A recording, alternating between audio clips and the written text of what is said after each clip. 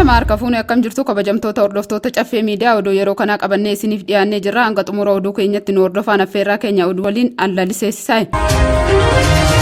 Waldaan dargaggoota caffee hojii gamtaa waliigalaa miseensa haaraa galmeesse. Waldaan dargaggoota caffee hojii gamtaa waliigalaa hojiilee diinagdee cimaa hojjechaa kan jiruu fi dargaggoota hojii dhaban gara hojiitti fiduun akkasumas qaala'insa gabaa irratti gahee guddaa taphachuu isaa fi akka federaalatti beekamtii qabaachuu isaa beekuun hojiilee waldichaa dinqisiifachuun miseensa ta'uuf gammachuu guddaadhaan kan dhufan simatee galmeesse. Haaluma kanaan miseensonni haaraan galmaa'an hojii waldichaa gama miidiyaa hawaasaatiin hordofaa jiraachuu fi hojiileen hojjetamaa jiran kan deeggaramuu fi akka miseensa taanuuf nu kakaase jedhan. Dabalataanis obbo Badhaanee Fayyisaa akka jedhanitti isa dura miseensa ta'anii bu'aa argatanitti gammaduudhaan miseensa akka ta'u nama haaraa fiduu dubbatan. Bu'aaleen ani waldicha irraa argadhe midhaan dheedhii fudhachuun gurguree bu'aa oolfadhee gatii hundee kanfaluun itti hojjedhe jedhan miseensi buleeyyiin waldaa dargaggoota caffee hojii gamtaa waliigalaa obbo Badhaanee Fayyisaa. Ani waldaa kana keessa qaamidha gara waggaa lamaatii oli obboleessa tokko fidee dhufee nama baay'ee fidaa jira.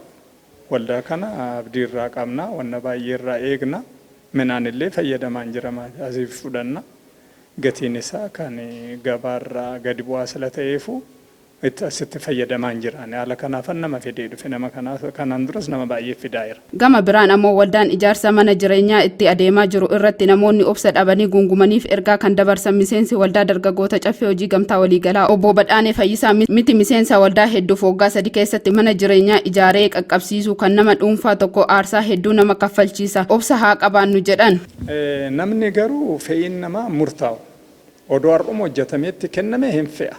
Haa ta'u malee mooyyuu nama dhuunfarraa hoo bitan ji'a tokkotti ji'a lamatti baatii 2-3 keessatti mijaa'eetoon xumuramu maatiraallis qophaa'ee ni ijaarama. Porosoosii waldaan kun irratti deemaa jiru immoo hin argeenya hin hordofaa jirra.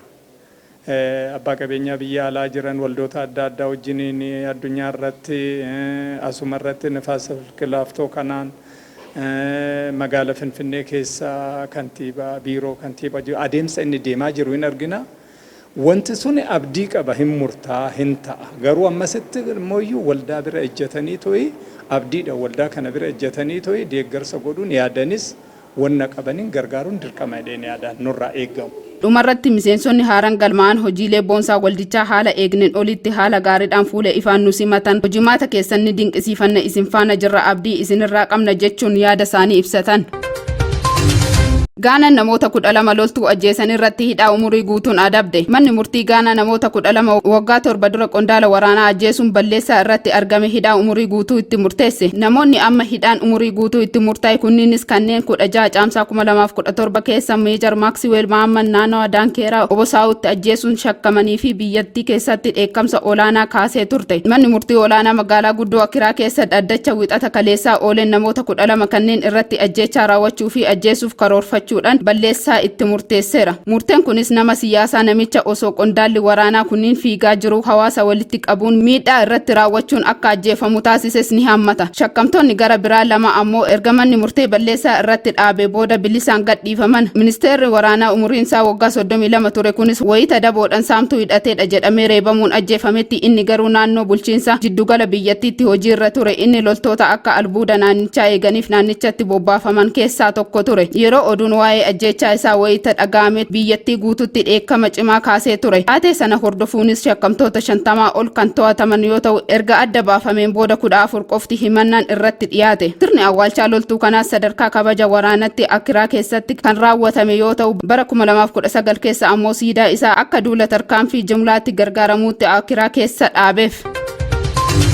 Humni galaanaa Indiyaa Paakistaanota 19 saamtota galaanarraa baraaran. Humni galaanaa Indiyaa lammiilee Paakistaan 19 erga bidiruu isaanii itti qurxummii kiyyeessan qarqara galaanaa Somaaliyaatti saamtota galaanarraa butaniin turaniin baraaran. Saamtonni Somaaliyaa 11 bidiruu qurxummiin ittiin kiyyeeffamuu fi alaabaa Iraan mirmirsuun al-Na'eem yaabbachuun miseensota bidiruu hunda butan jedhe humni galaanaa. Qondaaltonni humna galaanaa Indiyaa kunneenis erga dooniin hasaasaa humna galaanaa sumtiraa bidiruu butamte harkaa buusanii booda miseensota hunda nagaadhaan harkaa baasuun danda'ameera jedhe ibsa kibxata baasen. Taateen baraaruu lammiilee Paakistaan kun humni galaanichaa sa'aatii 36 keessatti yoo namootni harka saamtota galaana harka baraaruun kun kan lammataati. Sa'aatiiwwan duras namoota 12 saamtota Soomaaliyaatiin bidiruu qurxummiitiin kiyyeeffamuu fi alaabaa Indiyaa galaana galoo Edan keessaa baraaraniiru. Dhiyeenya kana keessa haleellaa hidhattoonni Huuti galaana diimaa keessaa haleellaa misaa'ila raawwachuu isaaniitiin wal qabatee yaaddoo nageenyaa guddataa dhufeera.